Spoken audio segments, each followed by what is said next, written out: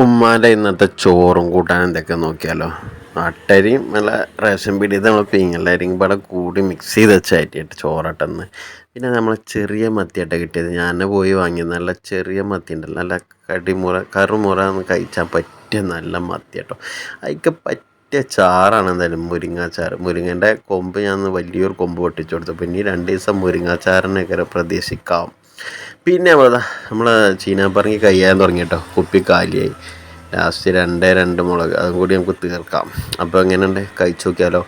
അപ്പോൾ വീഡിയോ ഇഷ്ടപ്പെടാൻ ലൈക്ക് ചെയ്യാൻ മറക്കരുത്, ചാനൽ സബ്സ്ക്രൈബ് ചെയ്യാൻ മറക്കരുത്. അപ്പോൾ എന്താ പറയുക, ഒരുപാട് പേര് സബ്സ്ക്രൈബ് ചെയ്യാതെ വീഡിയോ കാണുന്നുണ്ട്. അപ്പോൾ ചാനൽ സബ്സ്ക്രൈബ് ചെയ്യുന്ന സപ്പോർട്ട് ചെയ്യുക.